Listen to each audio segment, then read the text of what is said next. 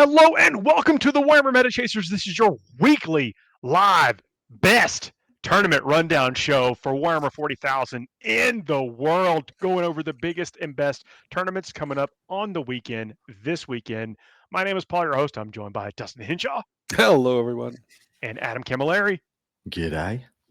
How are y'all doing? I already see the chat has come alive. Like I said, we do this each and every week live. We have a great chat community. Come and join us if you're listening to us on the podcast aggregators. You want to be a part of this. They're already talking about, some of the FAQ and balance and things changes. The world is on its upside down right now. We got two great events to bring to you coverage from.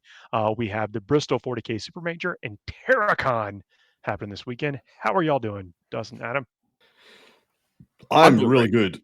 Yeah, I'm really good. We're in the week waiting zone before the slate and MFM fully takes effect, and then in addition to a bunch of new, very worthy detachments hitting the meta as well, notably being the Dark Angels one, and then the Tyranids one actually gives the Tyranids a whole new archetype to play with. How am I doing? I am doing fantastic. That detachment could have stopped. Sheet. Yeah, that detachment could have stopped at the first line. That's what I said. We said that. That's literally what I said. If it just stopped at the whole army gets reroll once to hit, full stop, done. It would still be better than like 5 other Tyranid detachments. It would just already be better. Done. Even the second part of it, I still would have been happy with just one of them. But get both, like, all right, yep, cool. This is my new detachment. All right. Fair. It's good, man. It's quite good. And I don't know why. Don't know why they thought that -1 to wound, giving -1 to wound back to Dark Angels was the thing that needed to happen. But I ain't going to complain. Nobody's playing them right now. So the whole army though getting what transhuman physiology. Y'all last remember edition, what that did or whatever. Yeah, and obviously they forgot. Look, anything that helps breathe some life into some models and get people playing the game and enjoying it, I'm absolutely cool with. Speaking of which, it is, getting like 100 points out of your list if you're playing some certain characters that, everyone loves those characters. Talk about Mephiston, Astorath, Dante, Lamartise. All of them. Every single one of them. Yeah, and then Sanguinary Guard. Well, dude, and Vanguard veterans. People aren't talking about that as that enough. But like injecting Vanguard veterans back into Dark Angels as like, the dust had barely settled on those models from like 6 months ago. And now everyone's like, clean them up, let's go. Chuck them back in. But that is next week, most likely, because these players at this event are going to be playing with what was yesterday's news. But we're going to make it today's headlines, and let's celebrate these players and this event happening all over the place. First event we're going to be talking about is the Bristol Super Major. This is from Bristol, England, 422 players. Already said what's up to folks in chat, but great to see you, Erwin, KR. See who else maybe chatting. Sorry, I went by.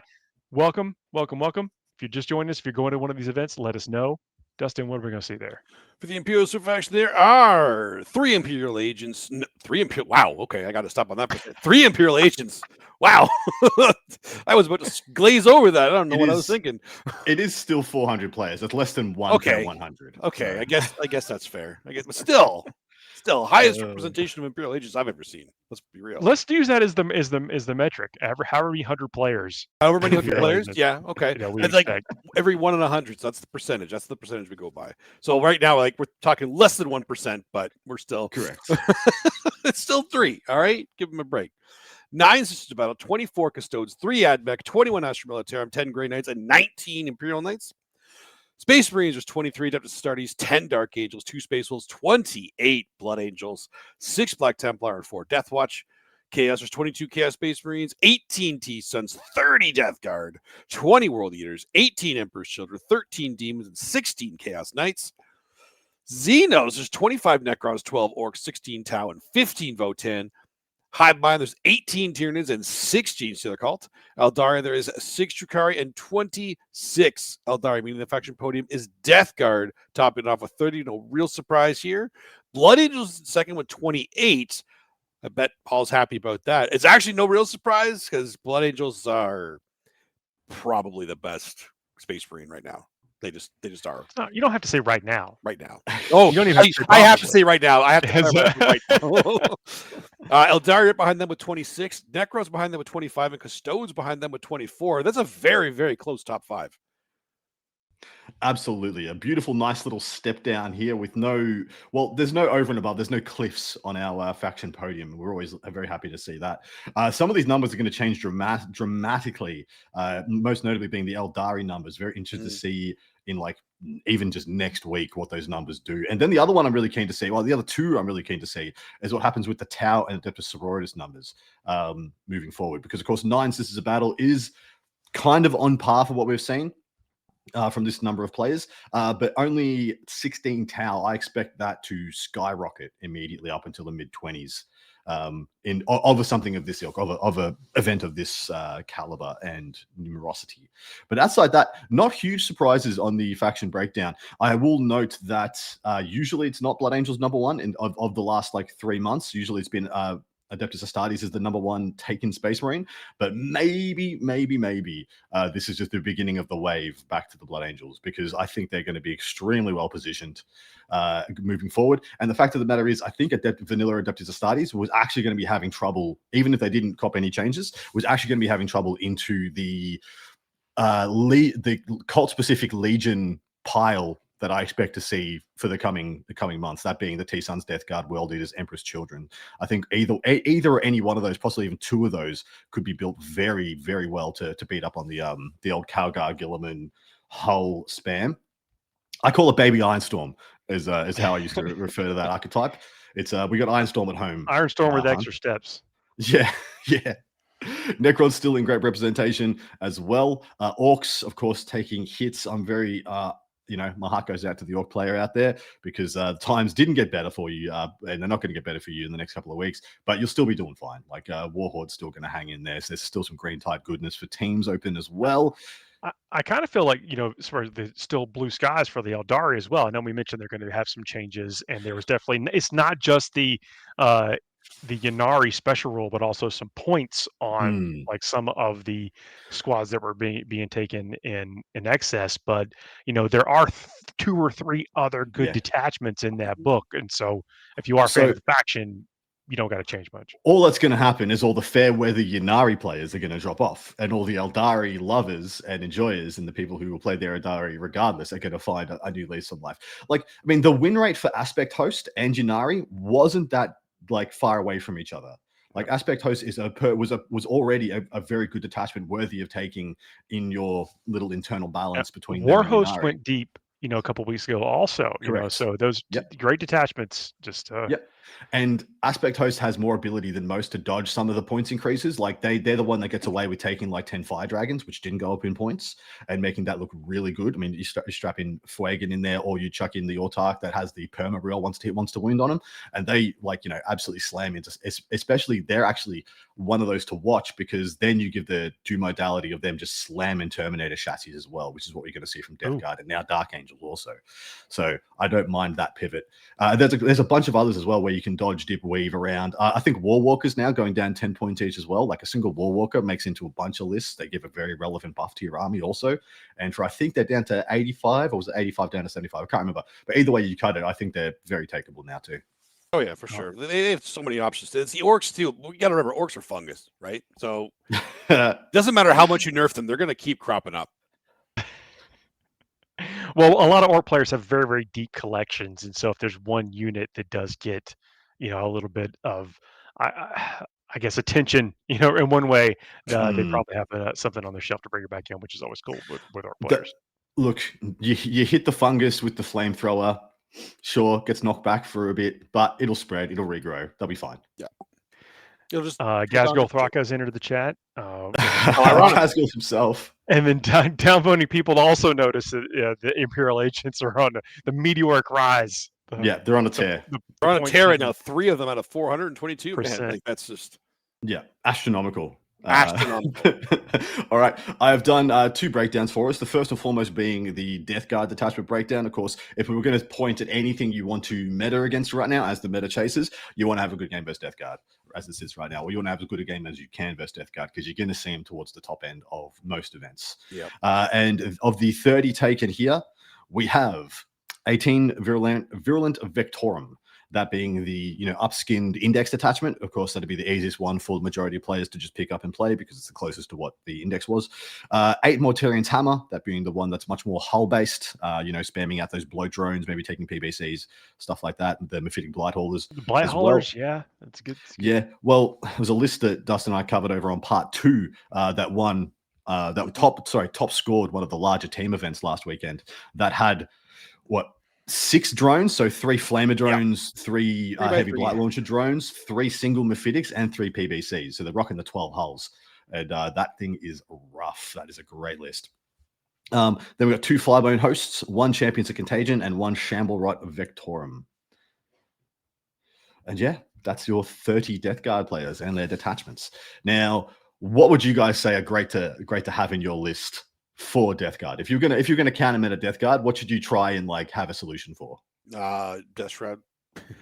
Yeah, Death Shroud that come down very reliably is good, and honestly, you need some long range shooting too. I mean, to get rid of the blow drones. I mean, so if you can counter those a little bit, then you'll have a much better shot.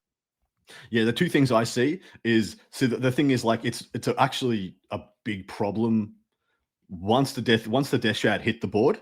That's actually already too late. The best way to do it is just have more screens and infiltrator bubbles so that they just don't go where they want to go. Well, they got to be afflicted too, right? So the other thing that's what you're referring to is if you can stop the units being afflicted, then they can't do the 6-inch deep strike charge. Exactly right. Granted, you do run out of time, if depending on turn 3 if you're not prepared for it, but it's something to at least attempt to do.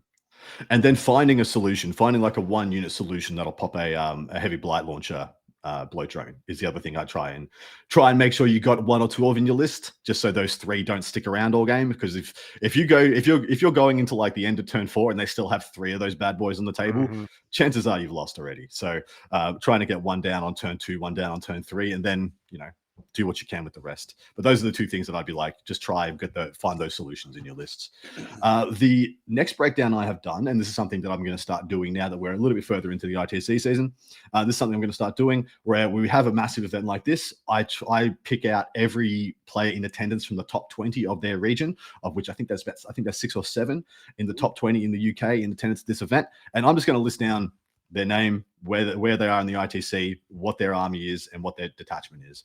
And that is our next slide. So of the top 20 in the ITC, first place, Josh Roberts, who won the dang thing last year, is still in first place in the ITC in the UK. He's playing Adeptus Astartes Ultramarines Stormlance Task Force, which usually means a big old flyer, usually means a Storm Raven. Then we have Greg Chamberlain in 4th in the ITC in the UK, playing Leagues of Votan Oathband.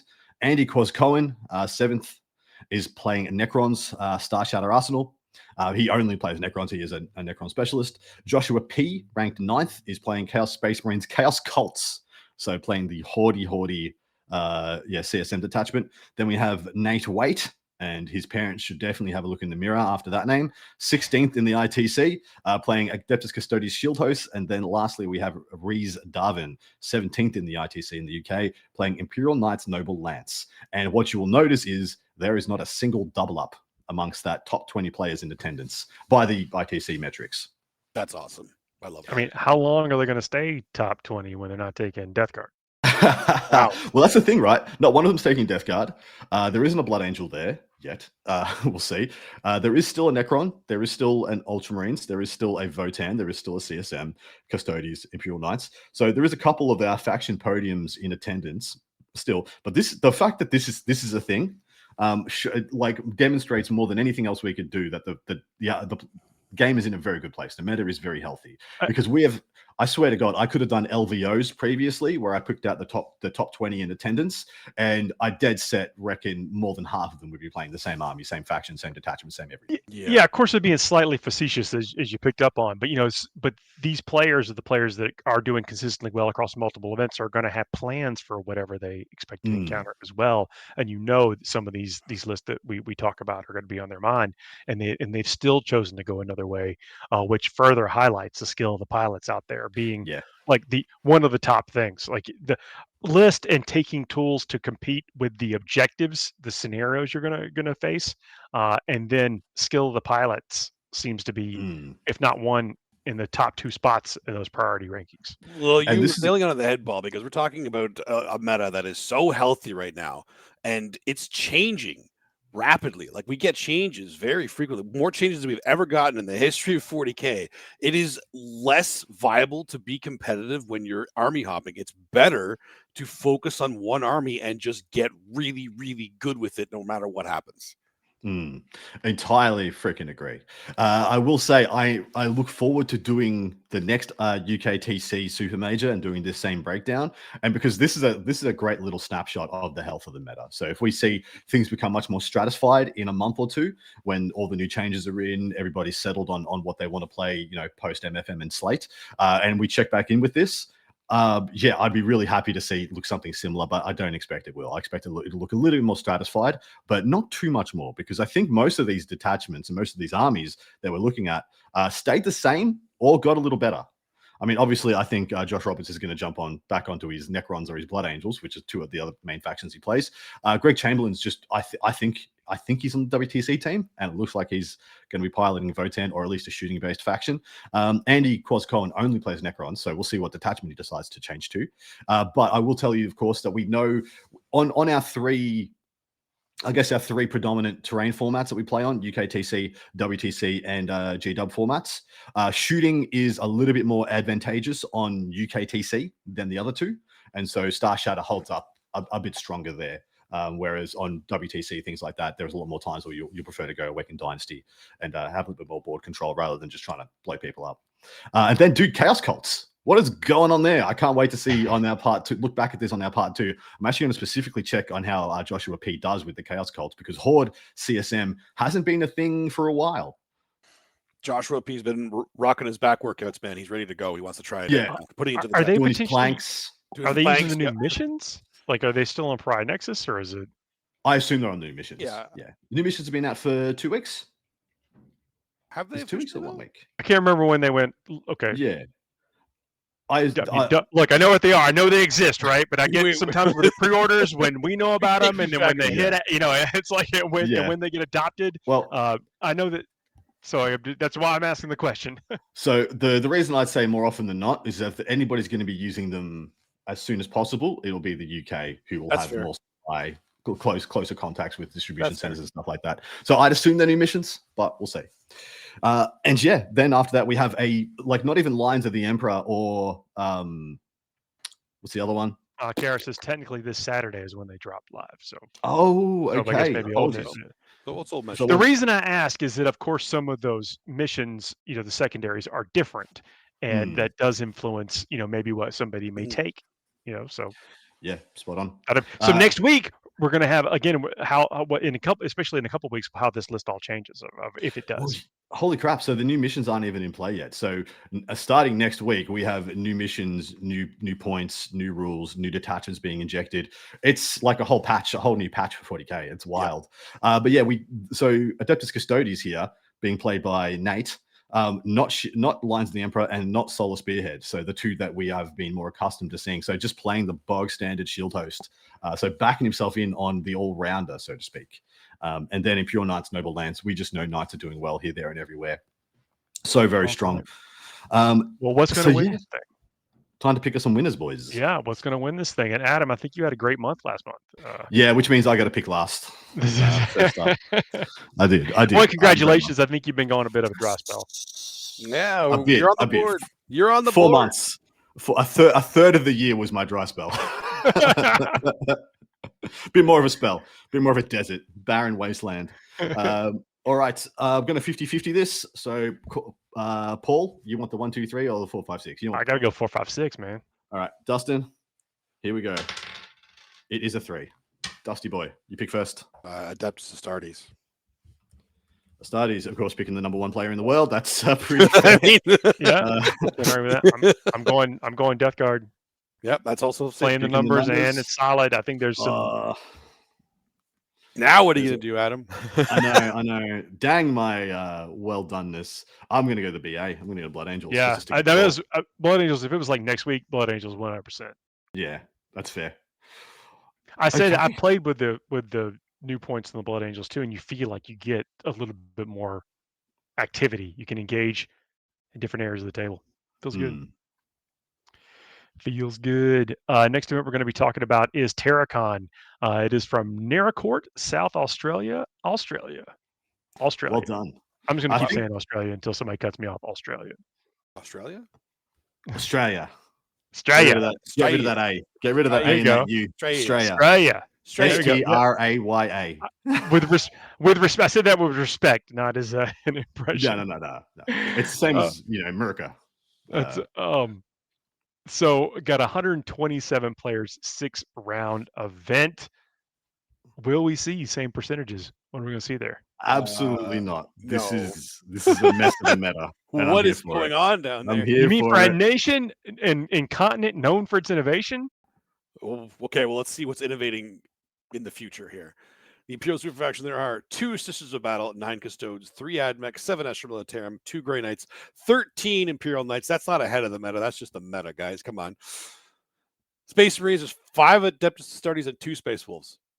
That's wild. Wild. What? There's no Astartes. Absolute destitute. What? There's just no Marines. No Marines in South Australia. If everyone in your country is taking 2 damage weapons, you got to figure out something else to do. True. Okay. Well, did they all move to Chaos? It looks like they did, because Chaos, there's 9 Chaos Space Marines, 4 T-Suns, 11 Death Guard, 10 World Eaters, 7 Emperor's Children, 7 Demons, and 5 Chaos Knights. It is the Eye of Terror in Australia right now. What happened? Australia's always been a bit chaos heavy, to be honest. I guess that's fair, yeah. It's always. But I mean, that little Space Marines? Mm-hmm. Wow. Yeah, that is surprising. It is surprising that there's just like no Astartes. That's wild. All right. Xenos, there's 6 Necrons, 4 Orcs, 6 Tau, and 3 Votan. Hive-Mind, there's 5 Tyranids. No, oh, come on, guys. No Gene Stealer cult. Eldari, there's 2 Drukhari and 5 Eldari, meaning the faction podium is Imperial Knights, topping it with 13, followed by Death Guard with 11, then World Eaters with 10, Custodes the CSM at 9, and then Astra Militarum, Demons, and Emperor's Children at 7. Wow. So wild. But still, like the top 4, actually the vast majority of the things on the faction podium are on the podiums most of the time. They of course, are. Astartes is missing, and this thing is well and truly out of order. Like completely out of order. Imperial Knights is usually 2nd or 3rd. Death Guards have been 1st ever since their codex, got released into the environment. Custodians and Chaos Space Marines being on the podium is no surprise there. Astra Militarum, no surprise as well.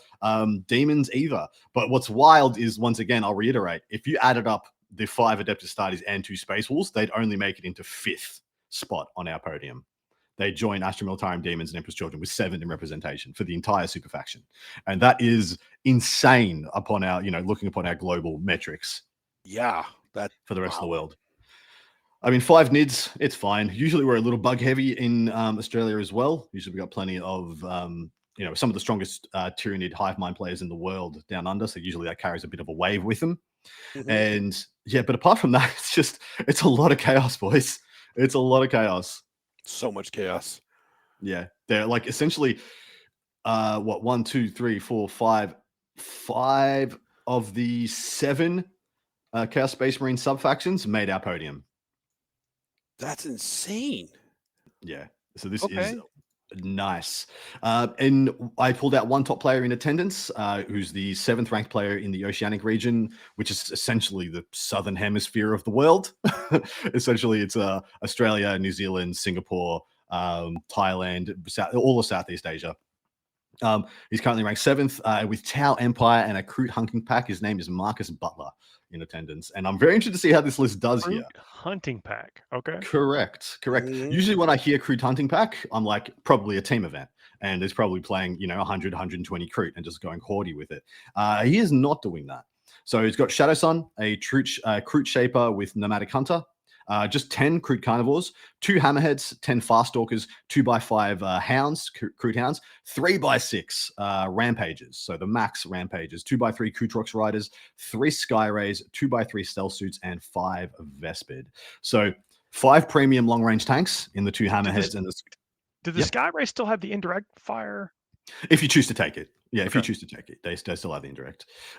Most often than not, I see people go with the accelerator burst cannons. More often than not. Sorry, that might be the hammerheads I'm thinking of as well. But yeah, the rampages. So essentially taking 5 premium tanks with 3 good counter assault units, and then just a huge amount of MSU nonsense here, there, and everywhere. I'm actually quite a big fan of this list. I think it strikes a very nice balance. That's an interesting take on the crude hunting pack. I kind of like it. It's more my style because I really like the MSU style of play. So I am interested to see how this plays because I don't know how much it leans into the crude hunting pack because I don't know it well enough. So I'm not saying it doesn't. I'm just like, I ain't know it. Fair. Well, those Crotox rampages, move 7 T6. Those are actually crazy. Those I know. They're crazy.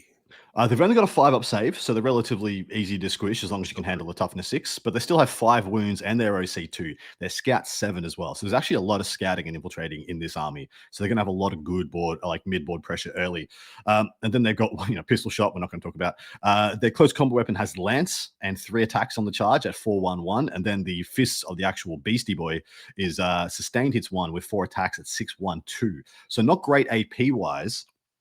But 7 attacks per model in a unit of 6 is just a deluge of dice. It's like you're throwing orc dice, essentially, quantity. And then they have the same ability that the blood crushers have in demons, where on the charge you roll a dice for each model that got into engage range, and every 4+ they take D through 3 model wounds. And then if any enemy units were destroyed, you must take a battle shock test. On that one. So I'm actually a bit of a fan. I think the Crotox rampages for 170 for 6 are actually pretty dang good value. That's pretty good. I'm down with it. I did just look up the Sky Raid. They do not get indirect on the main guns. I thought there might be some reason, but they do reroll against flyers. So, sorry, things with the fly keyword, not flyers. There's nothing in the meta that has the fly keyword right now. He's being facetious. If you can't see the camera, I looked right at it. The Nomadic Hunter enhancement is just for the Shaper. While the bear is leading a unit, add 3 to the move characteristic of models in that unit, and ranged weapons equipped by models have assault. That is a very good 20-point enhancement, plus 3 move and assault on the squad. I mean, he's going to either join I think he can join either the Fast Stalkers or the just regular old Kroot. Trail Shaper. I believe that is correct. Has Infiltrator, Leader, Scout 7, and Stealth, and can join the Fast Stalkers. So I'm assuming he's going to go with the Fast Stalkers and Scout right up the table. No. But nice list, and I like the balance that this sits in the rear view mirror of that faction breakdown, because it has the 5 premium tanks to play against the Imperial Knights, as in the Hammerheads and the Sky Rays, and actually could probably punch a baby knight to death with each unit of rampages, depending on how many mortals you're able to do. Yeah. And the mortals will bypass the toughness, bypass the armor save, invulnerable save, etc. Where it gets interesting is how this racks up against Death Guard. And I think that'd be a fantastic game to watch. So good stuff, Marcus. Hope you do really well with the Tau. And boys, how much better do you think Tau gets, next week? Because I think they get exponentially better. Exponentially. That's the best word to use. They get exponentially better. Will they take over the meta? No, but you got to be ready for them. you got to have a solution. But they haven't actually been in the conversation of the meta either, and I think that the change may help get them there. Yeah. With more consistency. More consistency, yeah. Spot diddly on, boys. All right, time to pick some winners. So Dustin picked first. So Paul, you pick first. Oh, for this one, how can you not pick Knights? I mean, I guess. I will tell you, Knights are always overrepresented at this event. I think this is the 3rd or 4th time we've covered a Terracon, by the way. I've played at like 4 or 5 of these events, and it's like a bit of a destination event where a lot of people go to sink beer and talk crap. And so a lot of people... Maybe that's why the Knights are there. Yeah, that explains Even if Knights weren't good, Knights would have strong representation at this event. So I don't want to gotcha you with me having a bit more knowledge of the look, I'm sticking with it. In attendance. Imperial Knights it is. Fair. If that's what this event is about and people are having fun with it, then that's what I'm picking. Good man. Dusty boy. I'll go Death Guard. That's very fair. And because I have a bit of knowledge of this meta and the players in attendance, I'm picking T-Suns. And it's only fair. It's only fair that I picked last because I have a bit more knowledge of who's going. That is completely okay. This is a brand new month, so we could this week can go sideways, and there's still plenty of room to climb back. So what I mentioned there is we do a part 2 of the show for our Patreon subscribers of tier 2 and higher, to where we actually go back and look at the events that occurred. We see how well our predictions held up. We score ourselves and how well the predictions held up, and then we also do a little bit of trash talk against each other. On that. But we also go over winners, the list of winners, and any novelists that were standouts from the event. So if you are able and have not chose to support the show in that way, check out the Patreon. Any level's great, but tier 2 and higher gets you access to a second part of the show that we do most weeks, about an extra 30 minutes of stuff that goes up just to those subscribers. It was posted yesterday with the lovely Dustin and myself. We had a good old time looking back at those 3 big team events we covered. This is the part of the show, though, where we talk about some stuff that typically does not have anything to do with 40K at all. This is a little. Like after we talked about the stats, the numbers, the winners and losses. We like to have a little bit of a palate cleanser before we get into the rest of your week. We call this segment the Fuego Rapido, where we give ourselves a topic and then a time, and once the timer clock hits 0, we don't talk about it anymore. We abandon it, never to return to it again, unless demanded by the Patrons group.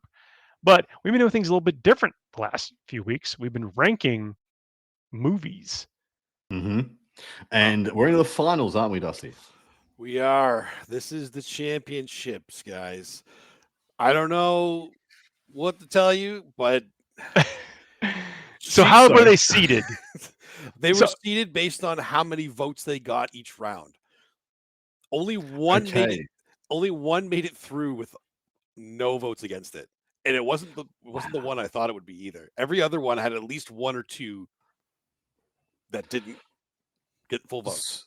So if you're just joining us for the first time in a couple of weeks, or the first time ever, over the past 6 weeks, I want to say, 8. Or more, 8 weeks, we have been going through and essentially racking up the best in each movie genre, and we've been putting them head to head, and we have 3 votes to put on each one, so it's always going to be at least a 2 to 1, and we are into the end game.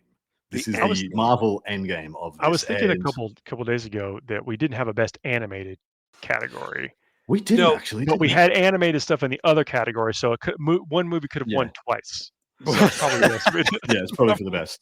But right now, you are going to see the definitive, undisputable best movie of all time decided upon. And this is as airtight as anything has ever been. It's not really facetious or tongue in cheek or no. This would be real. This is real. There's no real emotions. Oh, this is real, guys. It is so real. But I mean, egos will be splintered, friendships will be tested. I don't know what's going to happen here, but relationships torn asunder, relationships foundations shaken. Harvard scholars and Oxford scholars are going to look back on our decisions as gospel and will enshrine them in great texts. I expect this will make it on to someone else's trivia. Oh yeah, contest. I will. Who did the Warhammer Meta Chasers select as the best film of all time? That's right. On the 6th of the 6th. If you're here live, make sure you give us your opinion in the chat, because it could sway one of us to absolutely. And also, if you are just joining us, you do yourself a favor and go back and check out some of those to see how we got here. But this is the winners of all the other previous bracket contests, where the brackets were randomly seeded, and so certain contestants could come up against each other at different rounds and decide who went on and who didn't. And there was some tragedies along the way. Oh, there's gonna be so many tragedies today. Like this is the winners of all. All right, let's do it. Okay. First off, oops, I gotta go to the next one. It's all about the suspense. The only seed to get complete unanimous votes in every single round, The Godfather versus Master and Commander. Godfather. Godfather. Godfather, right? Godfather. Master and Commander's of course, great. And like, It's how do you not it's a like Russell Crowe and Paul Round Bettany or one whatever? is going to be Yeah. fairly easy in this one because of the seeding. So yeah, because it's one that got like the most votes in its run versus one that got probably one of the lesser votes in its run. Oh yeah, but Master yeah, Commander was the one that actually only had 2 votes in most of its. had the biggest fight. Had the hardest fight because the genre was very deep. Whereas the Godfather's genre was very deep, but the Godfather is that good a freaking movie. You know, top 3 films that have ever been made, in my opinion. So yeah, it's Godfather for me. Yeah. Godfather. Nope. Okay, Godfather 3-0. Keeps its record. Does. All right, next up, Star Wars: Empire Strikes Back versus Indiana Jones: The Last Crusade. This is the one that was okay. This would it be was easy, easier, Dustin. but this is 4 and 5, so these are both tied. So like so the middle of the series versus the climax of a series. yeah. You know, it's Empire Strikes Back, though. It's still Empire. I'm Indiana Jones. Really? Yeah. It's Empire. It's very close. Do you know why I like these two versus each other? Because in my opinion, they're both like failing franchises. Like this is the peak of their respective franchises, and they kind of only went downhill after this. That's fair. To a lot of intents and purposes. This is kind of as good as the filmmaking of these stories ever got. So I'm going indie. Paul's going Star Wars, and I'm going to be heartbroken and happy regardless. So I'm putting aside my emotions. I already know which one I'm saying. I am looking at the chat to see where they're leaning, and so far it's almost all Star Wars. We have one Last Crusade. We have an Andor, Irwin. Okay, still Star Wars. Still Andor is spectacular. It is spectacular. Well, hit me up. Let's talk Andor later. You know, I have 3 episodes left, boys. I've been petering it out. I've been watching it very selectively. Oh, you still have? Okay, my God, it is only like the rocket ship is taken off. I'm not gonna say anything, but there's like we got to talk about it when y'all hit. That is my lunchtime show that I watch like during work hours when I have time. So. That's looking forward to the next one. So my vote is for The Empire Strikes Back. Yeah. I essentially assumed, and I wanted to give Indy a vote. I actually also think Empire should win this, but Indy deserves a vote. So. That is completely fair. Fair. All right. Next up, Ghostbusters versus 7. Oh wow. This is tough, but I gotta get it. I'm Ghostbusters. I'm Ghostbusters as well. Ghostbusters was seed number 2. It was the second seed, so it actually it holds up. It holds up. Yeah, 7 was the 7th seed, so not too surprising, I think. But that's a 3-0. Please. I mean, I can expand on the reason why too. Sure. Like Ghostbusters is, it was basically unique at the time, where 7, although excellently done, follows a bit of a formula, and it's got a twist. But and of course executed by amazing actors along the way, but it's still kind of a bit of a formulaic journey. It fits into you could put it in a box, where Ghostbusters, when it came out the first time, was completely unique. Yeah, I totally agree. For 100%. Yeah, I think Ghostbusters 3-0. Yep, chat is like 1,000% behind the Ghostbusters. Yeah, go vote for 7. So there we go. And the last in round 1 of the finals here, we have The Shining versus Lord of the Rings: Fellowship of the Ring. Lord of the Rings. Yeah, Lord of the Rings. Lord of the Rings. Lord of the Rings, right? And that's again, change stuff from the books, and I don't care because it looks so cool. That, like. Yeah. I mean, how are they going to do the whole book though? How are they going to do the whole book justice? The Fellowship would have to be multiple movies, just the first. Like you got to add in Bombadil, you got to add in so many other characters that you have to kind of give time. But that's what I mean. It's like making the changes, and then it's just so cool. You don't even care, if you still preserving that love of the source material. Yeah, and look, The Shining is a fantastic film. Absolutely spectacularly done by Stanley Kubrick, and the casting was fantastic. Also, possibly, in my opinion, the best acting I've seen out of Jack Nicholson, who is one of the best actors in the world. And it's peak performance on every front, and the eeriness and the spookiness. Oh, you feel it. It's Shelley Duvall, right? Shelley You Duvall. feel it. Well, it's scary without being violent, right? It's scary without like overt violence. The axe in the stomach. Until you get to the, until you I get to the still final have act. nightmares about. No, You know? until you get to the final act, there's pretty much no violence. It's all just suspense, eeriness, and a fantastic sound, a fantastic score to like underwrite this thing. But still, Fellowship of the Ring is slam dunk. I just wanted to give Shining its day. Of course. All right. That's still a 3-0 for Lord of the Rings, though. But The Shining, we salute you. So, okay. On to round 2, the semifinals. Now, I did something for this one just because I had it in my head what I thought was going to be the bracket. So I did. If you're watching this live, I pre-put these in. I can't change what's in here. So I pre-put in what I thought was going to be in the semis and the championships. We'll see if I was right going through here. Next up, The Godfather versus Star Wars Empire Strikes Back. If you ask me what would I watch right now, it's Empire Strikes Back. I would be Godfather. I mean, Really? if they were on at the same time, what would I choose? It is Empire Strikes Back all the way. I mean, there are so many things. Like people have I know that there are folks that have like built a lifestyle and identity off of both of these movies. Yes. A lifestyle. But do or do not, there is no try. Of the Godfather. I'm saying, he's not wrong. It's not wrong. No, I'm going The Godfather simply because I do actually just think it is a better film. Like as a if I was a student of film, which one of these would I say is a better constructed story and narrative and everything? You think they're gonna make Marlon Brando do flips on somebody's back? Talk about a better film. I'm going Godfather. I genuinely think it's a better film than Star Wars, than Empire. How many questions did they ask Han Solo when he was getting tortured?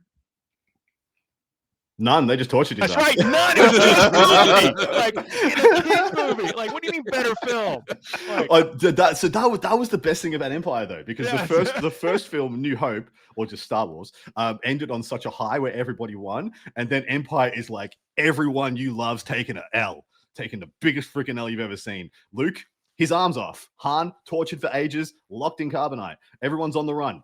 Everybody lost in Empire.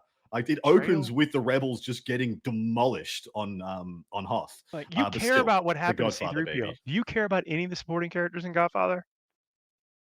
Yeah, I guess there is that. But man, like Godfather is fantastic. Godfather is spectacular. It is. No, it is. But you said better movie, and so I'm like highlighting the things that I do think it's a better movie. Paul's taking offense. Paul's taking offense. Better movie. What? All right, Dustin, it is in your hands and/or the hands of chat. Chat is actually kind of split on this. Mostly Empire, it looks like, though. Barely. I mean, we have to take into account we are nerds with a nerd-based community. We absolutely. So, I'm sitting right next to several Star Wars things. Yes. Yeah. Yeah. We can tell which movie you base your personality on. Funny enough, I don't know if I've ever told you guys this, but the first Star Wars movie I ever saw was Empire Strikes Back. Really? So there you go.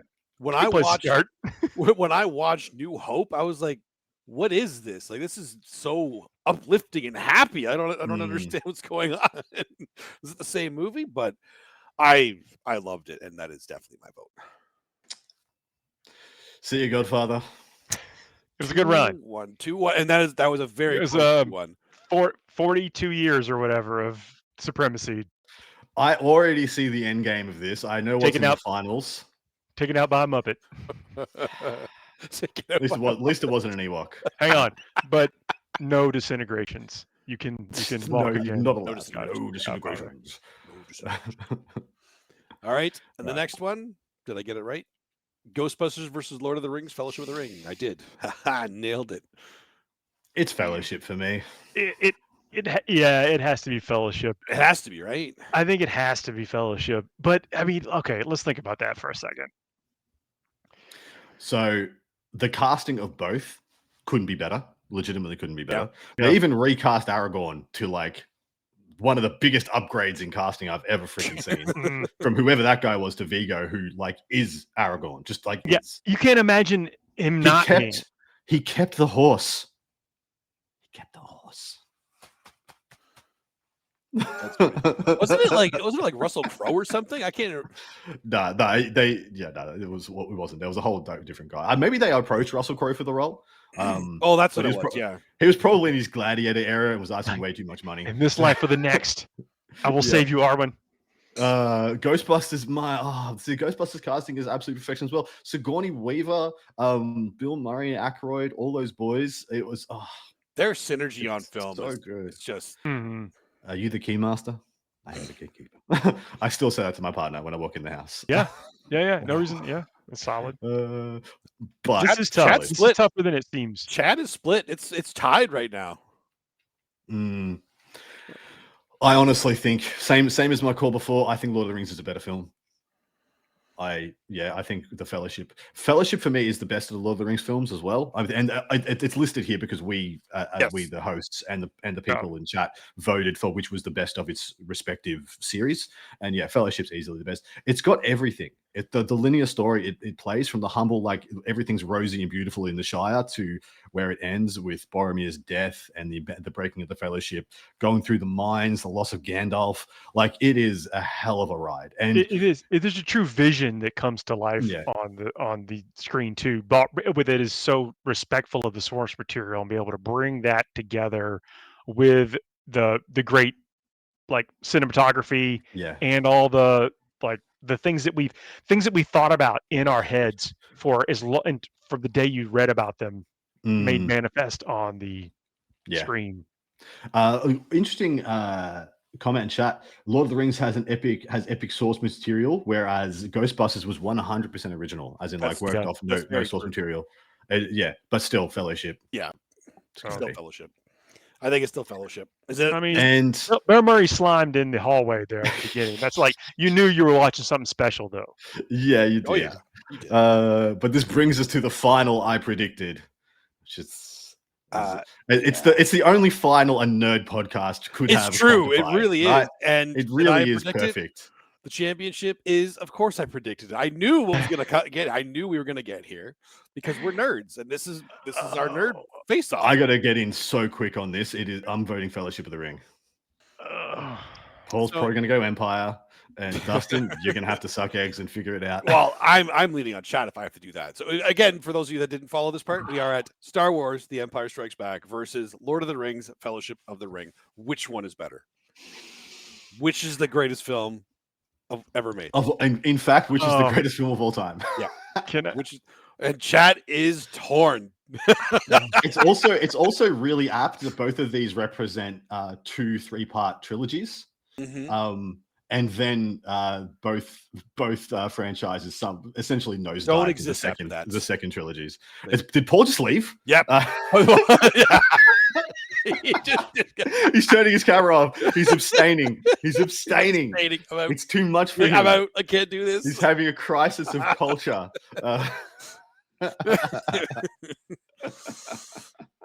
Oh, Dustin, you're gonna have to give your vote. Paul doesn't know what to do with himself. He really doesn't. He's just gone. He's completely. We may never see him again. That might be it. Like he may have left the show. He's abstained. He's turned off his camera. He's still here. He's just turned off his mic and his camera. I know you're there, Paul. I know. I had to think about it. I had to walk this off. I know you're there. You can't hide from me. I'm in the backstage. This is. Look, regardless of who wins this, the other one gets to be second best film of all time. So I'm at peace, but I do think it's Fellowship of the Ring. I'm gonna continue. Sting. Ooh. I expected you to. Genuinely, I expected you to come back from having turned your camera off with a stormtrooper's helmet and Gandalf's staff. Like just that's it. That's what I. How much time do I have? All that. I can do it, Adam. I'll be back. Bye.